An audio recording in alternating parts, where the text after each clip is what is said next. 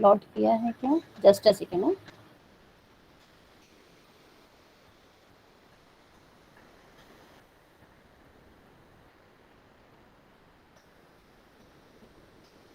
ठीक है, ओके। अब हम क्या करने वाले हैं, हमारा नेक्स्ट एक्सपेरिमेंट जो है दैट इज एक्सपेरिमेंट नंबर 6।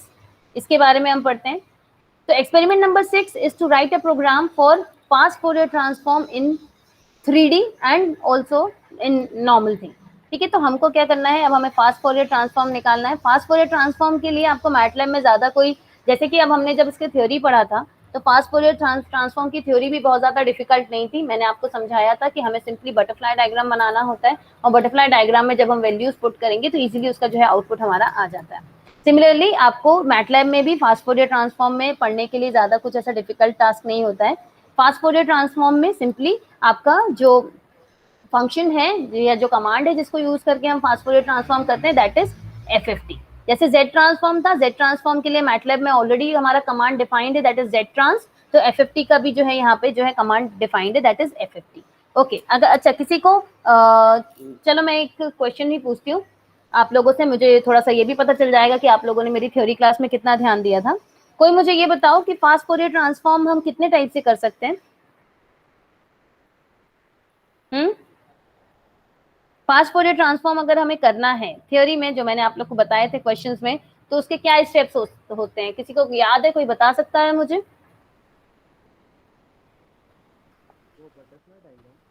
हाँ, बटरफ्लाई डायग्राम वाला। हम चार चार तरीका बोलो बोलो। और चार तरीका से कर सकते हैं। हाँ, 4 तरीके से। कौन कौन से 4 तरीके से कर सकते हो बेटा? मेरे भी इन्वर्स निकाल सकते हैं, DIT और DIF। हाँ, तो 2 हो गए ना, 4 कहाँ से हुए? तो इन्वर्स भी निकालेंगे ना मैम? हाँ, देखो अभी मैंने क्या पूछा, हमें फास्ट फोरियर ट्रांसफॉर्म कितने टाइप से कर सकते हैं? 2 टाइप से, एक DIT यानी डेसिमेशन इन टाइम, और एक होता है हमारा DIF यानी डेसिमेशन इन फ्रीक्वेंसी, है ना। और फिर IFFT जो है वो भी हम डेसिमेशन इन टाइम और डेसिमेशन इन फ्रीक्वेंसी से कर सकते हैं। ओके, तो अच्छा अब ये कोई मुझे इसको और एक्सप्लेन करना चाहेगा कि जो DIT जो होता है डेसिमेशन इन टाइम, उसमें अगर मुझे FFT करना है तो क्या स्टेप्स होंगे? कोई मुझे बता सकता है? आपको क्वेश्चन दिया हुआ है, एक सीक्वेंस दिया हुआ है, उसका FFT फाइंड आउट करना है, कैसे करोगे आप लोग? सबसे पहले क्या चेक करोगे? याद है किसी को? नंबर ऑफ सीक्वेंस चेक करेंगे हम सबसे पहले। अगर नंबर ऑफ सीक्वेंस 8 है ना, मतलब हमारे सीक्वेंस में जो लेंथ है सीक्वेंस की वो 8 है, तो बटरफ्लाई डायग्राम में कितनी पैरेलल लाइंस बनेंगी?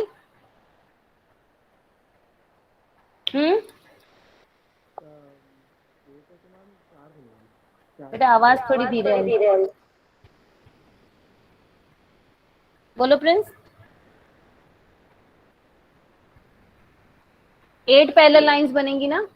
अरे सूर्यांश, मैंने बोला अगर हमारा सीक्वेंस 8 का होगा तो 8 पैरेलल लाइंस बनेंगी ना। जितने हम सबसे पहले देखते ही इसीलिए हैं, हमारा जो फास्ट फोरियर ट्रांसफॉर्म के लिए अगर हमें क्वेश्चन मिला है तो सबसे पहले हम लेंथ ऑफ सीक्वेंस देखते ही इसलिए है क्योंकि हमें लेंथ ऑफ सीक्वेंस देखते ही पता चल जाता है कि हमारी नंबर ऑफ पैरेलल लाइंस जो बटरफ्लाई डायग्राम में होंगी वो कितनी होंगी। अगर नंबर ऑफ सीक्वेंस हमारा 4 है तो 4 पैरेलल लाइंस होंगी, और नंबर ऑफ सीक्वेंस अगर हमारा 8 है तो 8 पैरेलल लाइंस होंगी।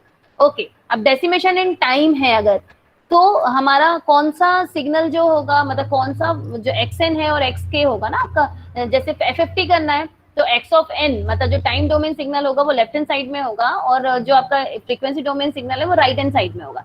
तो अब ये बताओ डेसिमेशन इन टाइम है तो x ऑफ n, अगर मैं सीक्वेंस 4 की बात कर रही हूँ अभी, चलो 8 की बात नहीं कर रही हूँ, तो x ऑफ n हमारा सीक्वेंस में बताओ क्या आएगा? x ऑफ 0 के बाद क्या आएगा?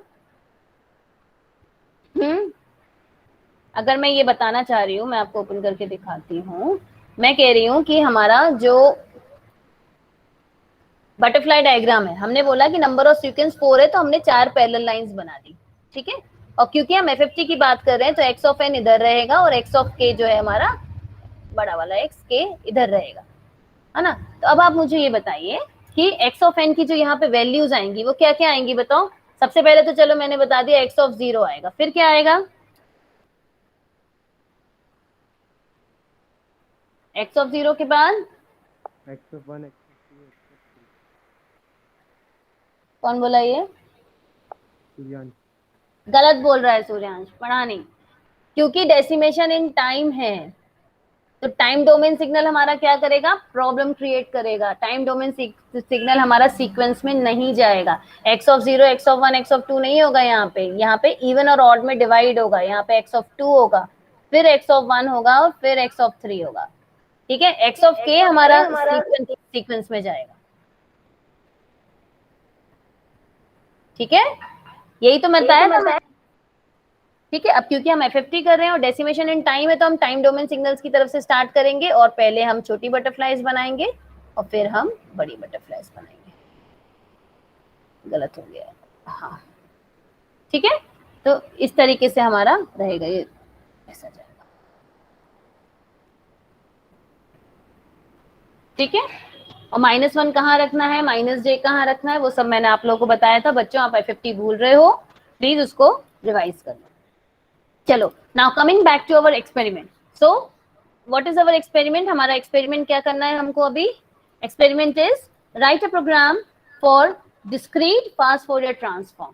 ठीक है, इसके लिए हमारे जो टूल्स रिक्वायर्ड होंगे वो होंगे, हमारा पीसी चाहिए होगा हमको, हमें मैटलैब चाहिए होगा। उसके बाद हमारी स्क्रिप्ट अब यहाँ पे लिखी हुई है। चलिए हम स्क्रिप्ट के बारे में समझते हैं कि स्क्रिप्ट क्या बोल रही है हमारी।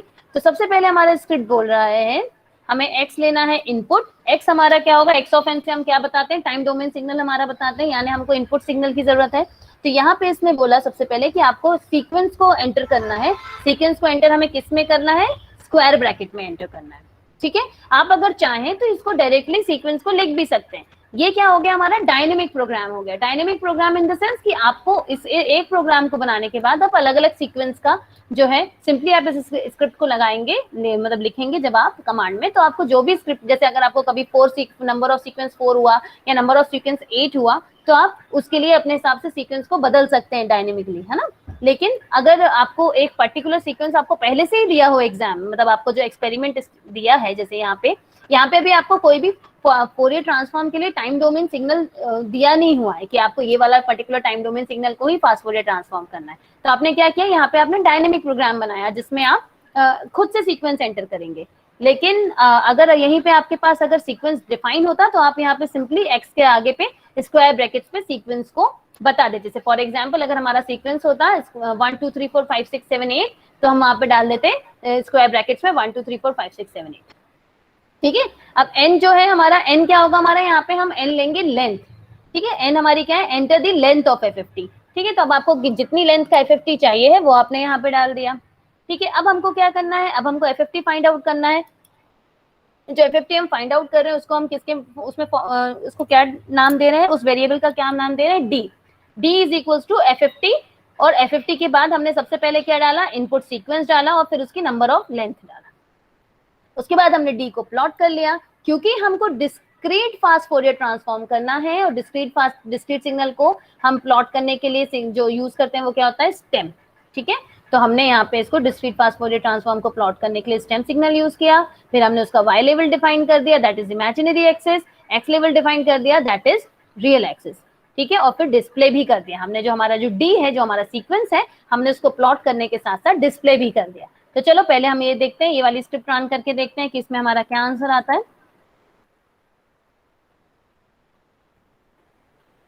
ओके, अब इसमें सबसे पहले हमसे क्या पूछा, आप लोग को स्क्रीन में शायद छोटा दिख रहा होगा, मैं इसको बड़ा कर देती हूँ। एक सेकेंड, इसको दिख रहा है सबको?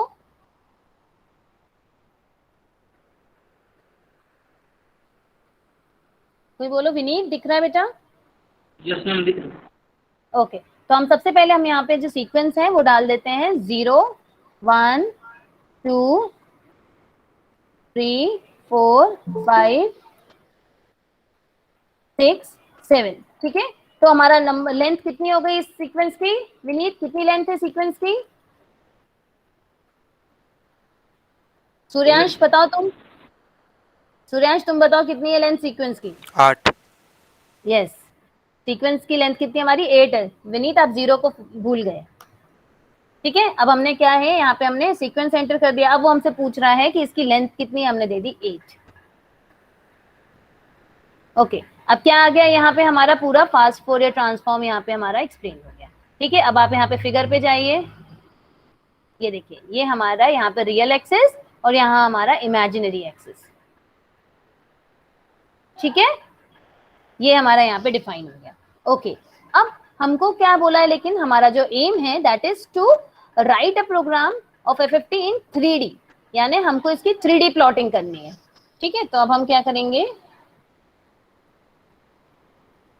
हम एक सेकेंड,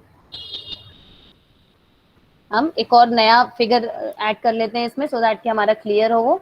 ओके, अब हम 3D प्लॉटिंग का देखते हैं यहाँ पे क्या हो रहा है। 3D प्लॉटिंग आप यहाँ पे देखिए, स्टेम जो है हमारा स्टेम 3, ठीक है, बाकी सब चीजें तो ऑलमोस्ट सेम ही है हमारी। यहाँ पे जो आप देखेंगे stem 3 is use to plot in 3D, ठीक है। उसके बाद हमारा एक्स लेवल, वाई लेवल, अब यहाँ पे जेड लेवल भी आएगा, that is our amplitude. Title क्या हो गया हमारा, मैग्नीट्यूड फ्रीक्वेंसी रिस्पॉन्स, और रोटेट 3D ऑन कर रखा है। तो अब हम इस स्क्रिप्ट को रन करके देखते हैं।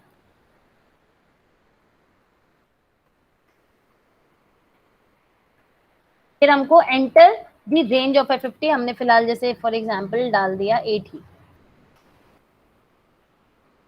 ये देखिए, दिख रहा है आप लोगों को ये फिगर, यहाँ पे हमने FFT को 3D में प्लॉट कर दिया, ठीक है। अब हमारा यहाँ पे रियल एक्सिस है, एक इमेजिनरी एक्सिस है और एक हमारा एम्पलीट्यूड,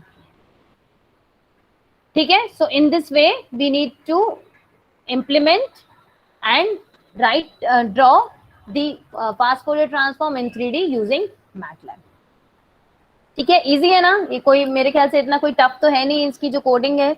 और इसी से मेरे ख्याल से ऐसे स्टूडेंट्स जिनको कोडिंग अभी तक टफ लग रही होगी, शायद उन्होंने अभी तक अपने किसी भी मतलब जो आपका कैंपस प्लेसमेंट होता है उसके लिए कोडिंग स्टार्ट नहीं की होगी, ये सोचकर कि कोडिंग बहुत बोरिंग है मे बी, या कोडिंग बहुत ट्रिकी हो सकती है, कोडिंग ही करना होता तो हम CS ना ले लेते। ऐसी सोच वाले जो बच्चे हैं उनको समझ में आया होगा कि coding is not that difficult, at least आप मैटलैब जो है वो पढ़ सकते हैं। अगर आप सामने वाला जो आपका इंटरव्यूअर आएगा, अगर आप उसको बोलते हो कि हमने मैटलैब पढ़ा है और मैटलैब हमने अपने इंजीनियरिंग पॉइंट ऑफ व्यू से, मतलब ईसी के पॉइंट ऑफ व्यू से ही पढ़ा है, तो वो आपसे ईसी के पॉइंट ऑफ व्यू वाले क्वेश्चंस पूछेगा।